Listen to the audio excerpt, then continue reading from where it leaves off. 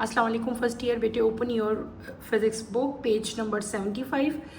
कल हमने अपना चैप्टर 4 जो है बेटे वो स्टार्ट किया था और मैंने आपको उसमें वर्क जो है उसको हमने डिटेल से पढ़ा था कि व्हाट इज़ वर्क, उसकी मैथमेटिकल इक्वेशन, उसका यूनिट और जो है उसको हमने वर्क को डिटेल से जो है कल कंप्लीट किया था और साथ ही हमने एक एग्जांपल भी जो है वो कर ली थी। आज नेक्स्ट टॉपिक हम स्टार्ट करेंगे, that is topic number 4.3, page number 75 है आपकी बुक का बेटे। Open your books.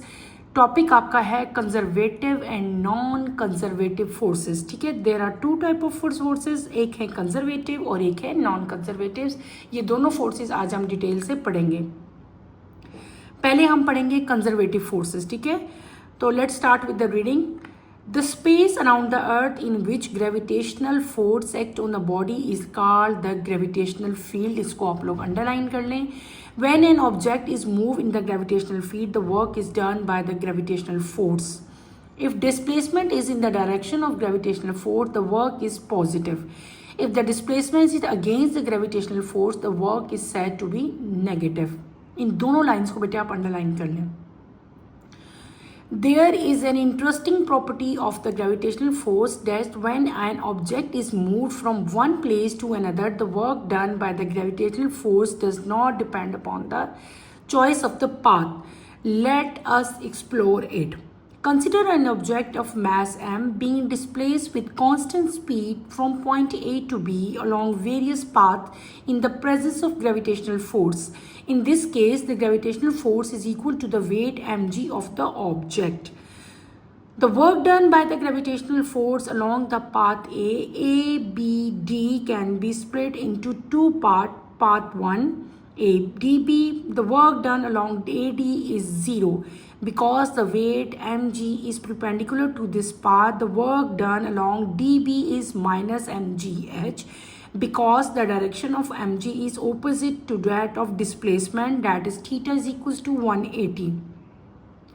Hence, the work done is displacing a body from point A to B through path 1. Work done in part ADB and work done in part ACB is given in the following equations. Now consider path 3, that is curve 1. Imagine the curve path 2B break down into series of horizontal and vertical steps as shown in the figure. There is no work done along the horizontal step because mg is perpendicular to the displacement. Work done by the force of gravity along the vertical displacement during the segment AB mg is not negative, it is positive. But here all delta y elements are negative. So the product of mg and delta y for all element will be negative. ये सारा भी आपको बेटे मैं detail से इसकी equation जो है वो आपको सारी एक्सप्लेन करूँगी। Work done by gravitational force is independent of the path followed. Next आपकी जो स्टेटमेंट है वो कंजर्वेटिव फोर्स की है बेटे, उसको भी मैं रीड आउट करूँगी। If the work done by a force in a moving object between 2 points is independent of the path followed or the work done in a closed path is 0, the force is called conservative force. Conservative force, the gravitational force is a conservative force. Other example of conservative force are electrostatic force and elastic spring force. अभी जो topic बेटे मैंने read out किया है that is conservative force. आप लोगों को सबको पता है कि स्पेस जो है अर्थ के इर्द गिर्द जो है जिसके अंदर अर्थ जो है रिवॉल्व कर रही है, सब आप लोगों को पता है कि अर्थ अपने ऑर्बिट में जो है रिवॉल्व कर रही है और हम जो हैं वो अर्थ के अंदर हैं। प्लांट्स भी, एनिमल्स भी, ह्यूमन बींग्स भी और भी डिफरेंट इवन लिविंग थिंग्स और नॉन लिविंग थिंग्स, सबकी बात मैं कर रही हूँ। तो अर्थ के इर्द गिर्द जो स्पेस है वहाँ पे बेटे हर जगह एक फोर्स जो है वो हमेशा जो है प्रेजेंट रहती है। उस फोर्स को हम लोग क्या कहते हैं? Gravitational force. और वो जो फील्ड है जहाँ पे ये फोर्स प्रोड्यूस हो रही है या जहाँ पे ये फोर्स हर टाइम रहती है, उस फील्ड को हम लोग क्या कहते हैं? ग्रेविटेशनल फील्ड कहते हैं। ठीक है, आप लोगों को पता है कि जितनी भी चीज़ें अर्थ पे हैं, अभी हम इस टाइम अर्थ पे हैं, मैं बैठी हूँ, आप खड़े हो, जो भी चीज़ है, आपकी चेयर है, टेबल है, सब कुछ अर्थ पे है। ये सब का सब क्यों है? ये है अर्थ की ग्रेविटी की वजह से। एक फील्ड है, ग्रेविटेशनल फील्ड, उसकी वजह से जो है ये सब कुछ वहाँ पे प्रेजेंट रहता है। और जैसे जैसे आप away from the centre of the earth जाते रहते हो, ये फील्ड जो है ये क्या होती जाती है? वीक हो जाती है। यही वजह है, अक्सर आपने डॉक्यूमेंट्रीज में देखा होगा कि स्पेस में जो है सब चीज़ें जो हैं वो वैसे ही जो है, कहीं वो उनकी कोई अट्रैक्शन नहीं होती, वो कहीं भी स्टे नहीं कर सकती, बल्कि क्या होता है, मूव करती रहती हैं।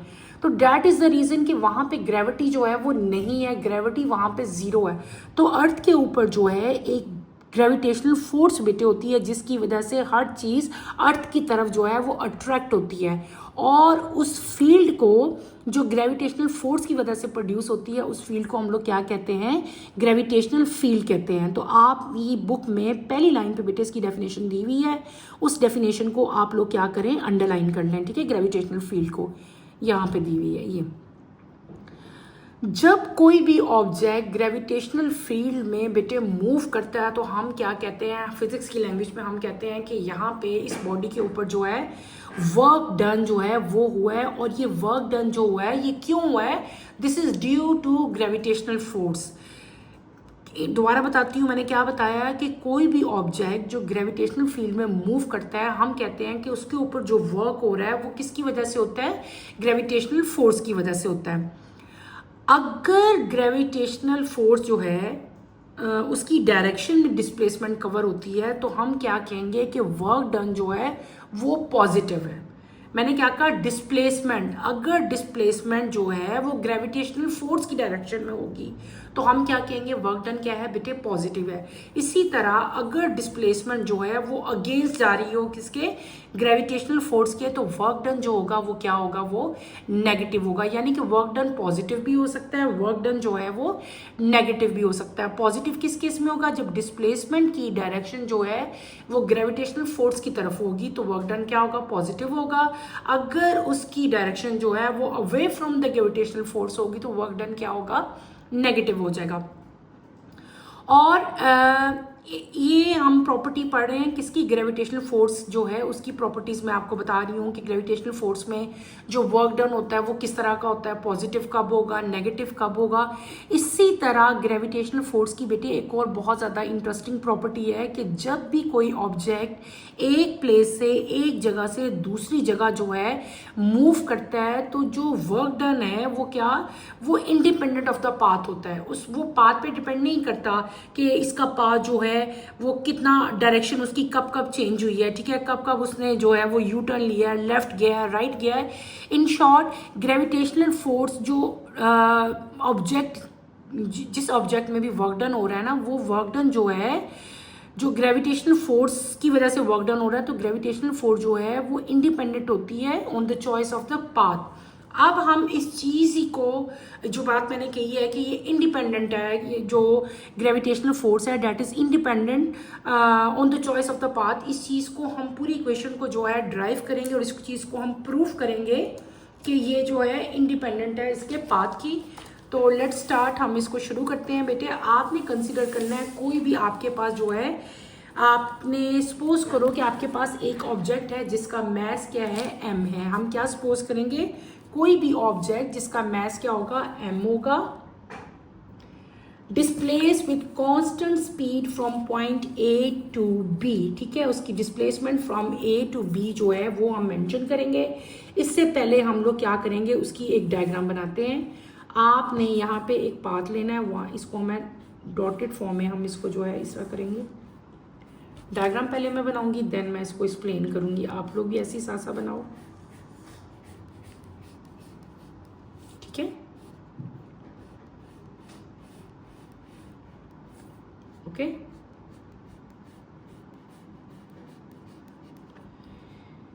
यहाँ पे हमारा ये आ गया, इसको सर्कल ड्रॉ करो। ये पॉइंट A है, ठीक है, इसकी डायरेक्शन ऐसे अपवर्ड होगी और ये होगा आपका पॉइंट D फॉर डॉग, ये D, और ये पॉइंट होगा C, और ये कौन सा होगा बेटे, B, ठीक है, इसको B हम मार्क करेंगे। ये हमारा होगा पाथ 1, PATH पाथ 1, ये भी पाथ 1 होगा।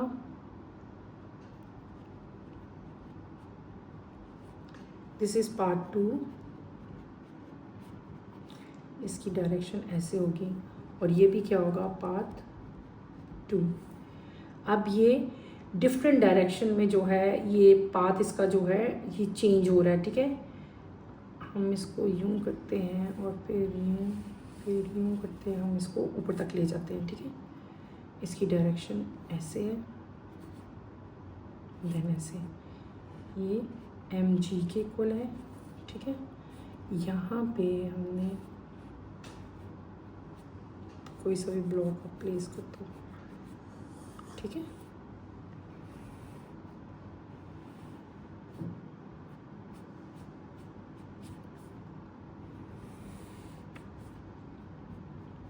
अब डायग्राम ड्रॉ कर लेना मेरे साथ साथ, फिर मैं आपको इसको एक्सप्लेन करती हूँ। ओके, ये आपका जो इसकी हम लोग हाइट टोटल बताएंगे,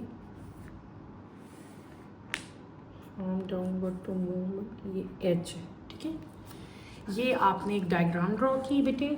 हमने क्या किया, हमने कंसीडर किया एक ऑब्जेक्ट कौन सा, m being displace with constant speed, उसकी स्पीड क्या है, कांस्टेंट है, ठीक है। उसके अंदर डिस्प्लेसमेंट प्रोड्यूस हो रही है फ्रॉम पॉइंट A, यहाँ से लेकर फ्रॉम पॉइंट B क्या डिस्प्लेसमेंट जो है वो प्रोड्यूस हो रही है, और वेरियस पाथ, ये इधर से इधर से इधर से वेरियस पाथ से ये मूव हो रहा है, ठीक है।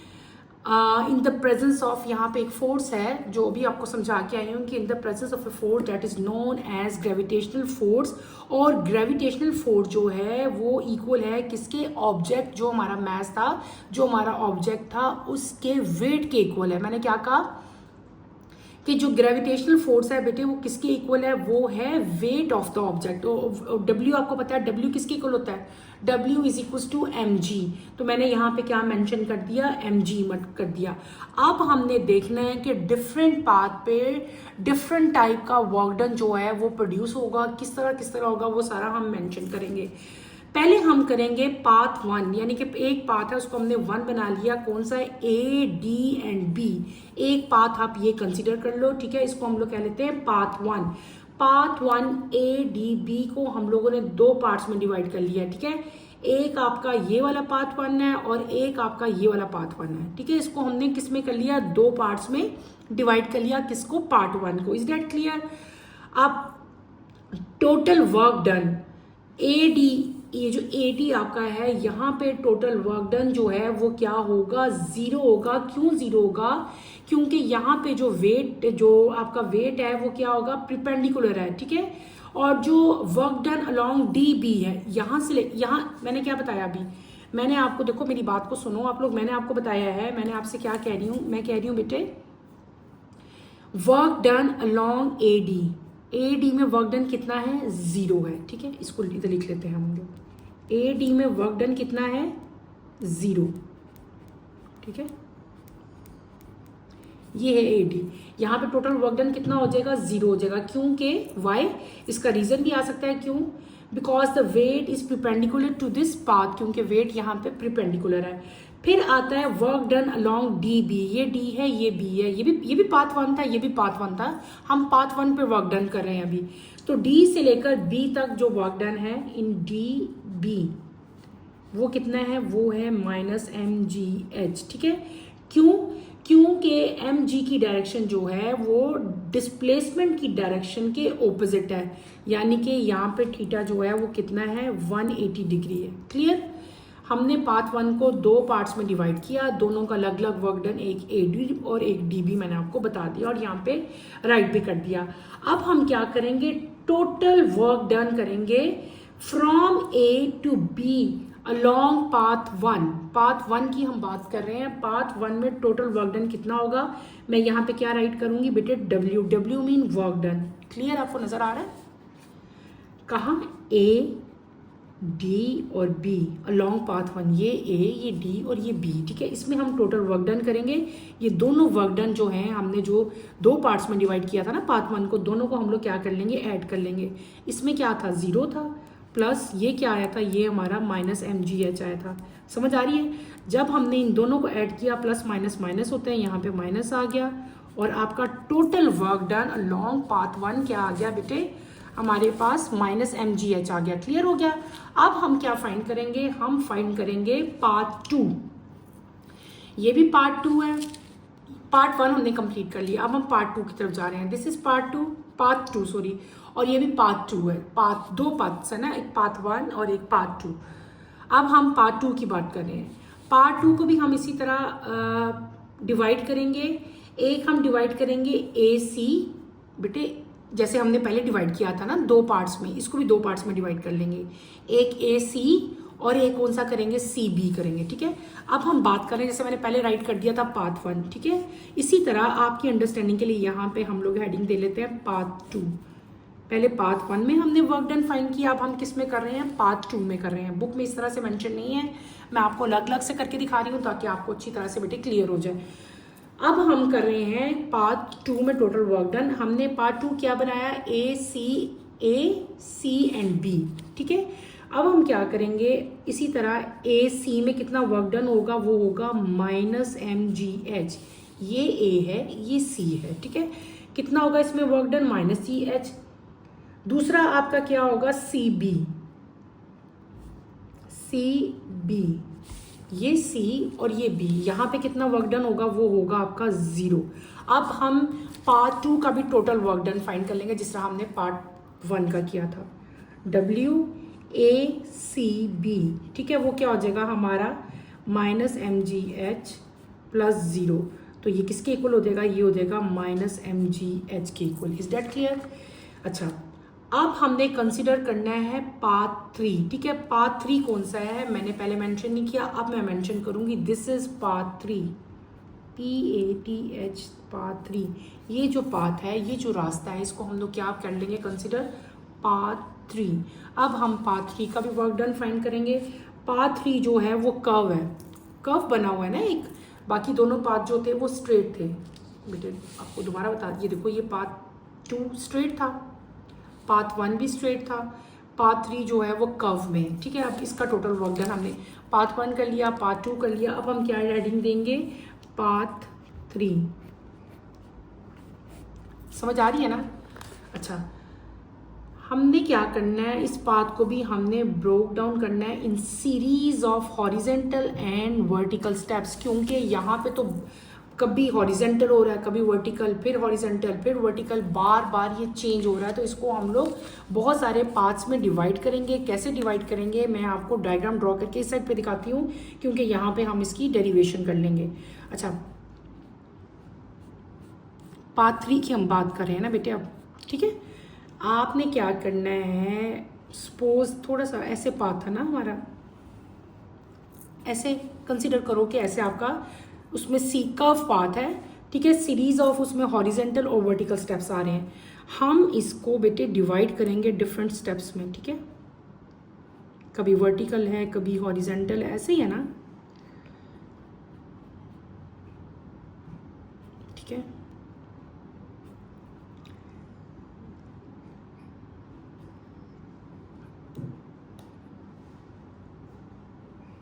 इस स्टेप में चेंज करते जाओ। ठीक है, हम यहाँ पे क्या करेंगे, इसको हम लोग कह लेंगे सपोज डेल्ट, इसको हमने डिवाइड किया, डेल्टा y2, ये पॉइंट ए हमने सपोज कर लिया, ये क्या कर लिया, पॉइंट बी सपोज कर लिया, और ये सारे हमने इनको डिफरेंट स्टेप्स में चेंज किया, delta y1 y2 up to delta yn तक हम गए। और ये क्या थी, टोटल आपके पास हाइट थी h, ये b था। ठीक है, और ये एक पूरा प्लेन है ना, ये y, इस तरह की डायरेक्शन y होगी, इस तरह की डायरेक्शन क्या होगी, x होगी। ठीक है, ये पाथ 3 के लिए आपने ये डायग्राम ड्रॉ करनी है। ठीक है, पाथ 3 की हम बात करें। अब आपने क्या किया कि दो तरह से यहाँ पे इस तरह डायरेक्शन भी मैंने आपको क्या कहा, series of horizontal and vertical steps यहाँ पे हो रहे हैं। इस डायरेक्शन में होगा तो हॉरिजेंटल होगा, अपवर्ड डायरेक्शन में होगा तो क्या होगा, वर्टिकल होगा। ठीक है, तो हॉरिजेंटल स्टेप में वर्क डन क्या होगा, no work done is done along horizontal step, क्योंकि यहाँ पे आप लोग इसको यहाँ पे मेंशन करो के हॉरिजॉन्टल में क्या होगा, वर्क डन आपका होगा 0, ठीक है। यहाँ पे वर्क डन होगा नहीं क्योंकि mg जो है वो प्रिपेंडिकुलर है टू द डिस्प्लेसमेंट, और वर्क डन जो है वो अलोंग द वर्टिकल डिस्प्लेसमेंट पे वर्क डन जो है वो यहाँ पे हो रहा है। सो हम क्या करेंगे, हम यहाँ पे जितने हमारे y डेल्टा y एलिमेंट्स हैं वो तमाम के तमाम क्या हो जाएंगे, नेगेटिव हो जाएंगे। Is that clear? वो सब के सब क्या होंगे, नेगेटिव हो जाएंगे, और जो प्रोडक्ट हम किसका लेंगे, mg और डेल्टा y का लेंगे, वो तमाम का तमाम भी हमारा नेगेटिव आ जाएगा, ठीक है। अब हम यहाँ पे अगर हमने टोटल वर्क डन करना हो from point A to B, तो हम क्या करेंगे, ये A है, दिस इज B, ये भी A और ये भी B है, ये A और B। हमने यहाँ पे लिखना टोटल वर्क डन, वर्क आप लिखोगे A B, वो क्या आएगा बेटे, minus mg delta y1 plus delta y2 plus delta y3 and so on. इस तरह ये डेल्टा जितने भी पाथ हों, ठीक है, वहाँ तक डेल्टा yn तक जाएगा, ठीक है। और ये जो delta y1 plus delta y2 plus delta yn जो है ये किसके इक्वल है बेटे, ये इक्वल होता है h के इक्वल। इसका मतलब है मैं इसकी जगह पे क्या h लिख सकती हूँ, यस मैं लिख सकती हूँ। तो क्या आ जाएगा, माइनस mgh, यानी कि आपका टोटल वर्क डन जो है वो क्या आ जाएगा, वो हो जाएगा माइनस mgh जो है वो आपका टोटल वर्क डन आ जाएगा। Net amount of work done along path A and B क्या आएगा, माइनस mgh। मैंने आपको क्या करवा दिया, मैंने आपको बताया कि हमने डिफरेंट पाथ्स लिए, ठीक है, इस पूरी डायग्राम में। पाथ 1 था, पाथ 2 था, पाथ 3 था, ऐसे ही था। हमने पाथ 1 को भी 2 पार्ट्स में डिवाइड किया, पाथ 2 को भी हमने 2 पार्ट्स में डिवाइड किया। पाथ 3 जो था वो कर्व था, उसको हमने पार्ट्स में बहुत सारे हॉरिजेंटल और वर्टिकल सीरीज में डिवाइड किया। पार्ट 1 का हमने पाथ 1 सॉरी जो है उसका वर्क डन मैंने फाइंड आउट किया, mgh आया, कैसे आया मैं आपको एक्सप्लेन कर चुकी हूँ। फिर पाथ 2 का हमने वर्क डन देखा तो वो भी mgh ही आया। उसके बाद हम पाथ 3 की तरफ आए जो कि कर्व पाथ था, उसको हमने हॉरिजेंटल और वर्टिकल सीरीज में डिवाइड किया और हमने टोटल वर्क डन जो है फाइंड आउट किया, वो भी हमारा माइनस mgh आया। तो ये चीज़ प्रूफ होगी जो हम प्रूफ करना चाह रहे थे। हमने क्या प्रूफ करना था कि जो टोटल वर्क डन जो कि ग्रेविटेशनल फील्ड की वजह से बेटे होता है, that is independent of the path. किसी भी पाथ से अगर वर्क डन हो, देखो पाथ 1 था, पाथ 2 था, पाथ 3 था, सबका वर्क डन क्या आया, सेम आया। और यही चीज़ हमने क्या करनी थी, प्रूफ करनी थी कि वर्क डन जो है वो किसी भी पाथ से जो है वो क्या आएगा, सेम आएगा, वो इंडिपेंडेंट होता है ऑफ द पाथ फॉलोड, ठीक है। तो अब ये चीज़ हमारी प्रूव होगी। आप क्या लिखोगे, hence proof that work done by the gravitational force is independent of the path followed, ठीक है। तो आप इसकी स्टेटमेंट बेटे कैसे लिखोगे कि work done bye a force, अगर कोई भी मूविंग ऑब्जेक्ट है उसके अंदर वर्क डन हो रहा है by a force between 2 points, ठीक है, 2 पॉइंट्स मैंने बताए थे, ये A था ये B था, 2 पॉइंट्स के दरमियान में। तो आप क्या करोगे, it is independent of the path followed, या आप इसकी स्टेटमेंट ऐसे भी लिख सकते हैं कि the total work done in a closed path is 0, the force is called conservative force. और इस फोर्स को जिससे वर्क डन हो रहा है, इस फोर्स को हम लोग क्या कहते हैं बेटे, this force is known as conservative force. या work done in a closed path be 0, the force is called conservative force. ये कंजर्वेटिव फोर्स हमने कंप्लीट कर ली। एक कंजर्वेटिव फोर्स जो है इसकी मैंने आपको एग्जांपल दे दी, इसके अलावा भी कंजर्वेटिव फोर्स की बहुत सारी एग्जांपल्स हैं। उनमें से कॉमन एग्जांपल उसकी कौन सी है, इलेक्ट्रोस्टैटिक फोर्स है और इलास्टिक स्प्रिंग फोर्स है। और ये दोनों फोर्सेस अपने पिछले चैप्टर में जो है हम लोग कंप्लीट कर चुके हैं। अब हम आते हैं अपनी नेक्स्ट फोर्स की तरफ, that is non conservative force, ठीक है। All type of forces are non-conservative forces. A force is non-conservative if the work done by it in moving an object between 2 points or in closed path depend upon the path of motion.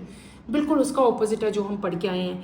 Conservative force में आपने क्या पढ़ा था कि that is independent, और यहाँ पे हमने क्या पढ़ा कि डिपेंडेंट है वो उसके पाथ ऑफ मोशन की तरफ।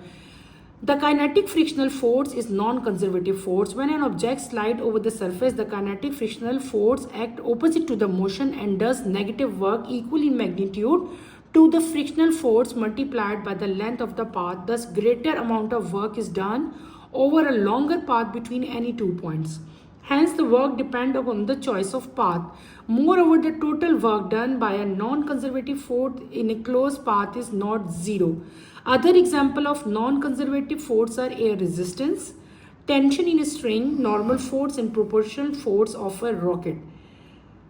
पहले हमने क्या पढ़ा, कंजर्वेटिव फोर्स पढ़ ली. अब हम आ रहे हैं नॉन कंजर्वेटिव फोर्स की तरफ. नॉन कंजर्वेटिव फोर्स क्या फोर्स है बेटे? ये वो फोर्स है, तमाम की तमाम फोर्सेज जो हैं इन जनरल जो हैं they are non conservative in nature होती हैं. ठीक है, ऐसी फोर्स जब जिसकी वजह से वर्क डन किया जाए 2 पॉइंट्स में या क्लोज पाथ हो और वो फोर्स जो है वो उसके पाथ ऑफ मोशन पे डिपेंड करती हो, ऐसी फोर्स को हम लोग क्या कहते हैं बेटे? नॉन कंजर्वेटिव फोर्स कहते हैं. आपकी बुक में इसकी स्टेटमेंट लिखी हुई है, या आपने एज इट जो है लर्न कर लेनी है. कॉमन एग्जाम्पल इसकी काइनेटिक फ्रिक्शन फोर्स जो है वो इसकी कॉमन एग्जाम्पल है नॉन कंजर्वेटिव फोर्स की. जब भी कोई ऑब्जेक्ट जो है वो किसी भी सरफेस के ऊपर बेटे स्लाइड करता है तो काइनेटिक फ्रिक्शन जो है वो एक्ट उसके ऊपर करती है, लेकिन उसकी जो डायरेक्शन है वो क्या होती है? Opposite to the direction of motion होती है, और जो टोटल वर्क डन होता है वो क्या होता है? नेगेटिव होता है. ये बात आपने याद रखनी है. और जितना पाथ जो है वो लॉन्गर पाथ होगा उतना जो अमाउंट ऑफ वर्क है वो क्या हो जाएगा? वो भी ग्रेटर जो है वो डन होगा. और मोर ओवर हम ये चीज़ इसमें नॉन कंजर्वेटिव फोर्स में हम ये भी कह सकते हैं कि जो टोटल वर्क डन जो नॉन कंजर्वेटिव फोर्स से टोटल वर्क डन होता है वो क्या होता है? वो ज़ीरो नहीं होता. जो जब हमने पहली कंजर्वेटिव फोर्स पढ़ी थी उसमें हमने 1-2 पास में देखा था कि टोटल वर्क डन जो है वहाँ पे ज़ीरो भी हो रहा था, लेकिन इस केस में वर्क डन जो क्लोज पाथ में डन होगा बेटे वो ज़ीरो नहीं होगा. एक आपको मैंने एग्जांपल तो नॉन कंजर्वेटिव की बताई, काइनेटिक फ्रिक्शनल फोर्स. इसके अलावा भी इसकी बहुत सारी एग्जांपल्स हैं. एयर रेजिस्टेंस इसकी कॉमन एग्जांपल है, tension in string, normal force और propulsion force of a rocket जो हैं वो कॉमन एग्जांपल है बेटे नॉन कंजर्वेटिव फोर्स की. आज के लेक्चर में मैंने आपको 2 चीज़ें कवर करवाई, कंजर्वेटिव फोर्स और नॉन कंजर्वेटिव फोर्सेज जो हैं ये हमने कंप्लीट कर ली.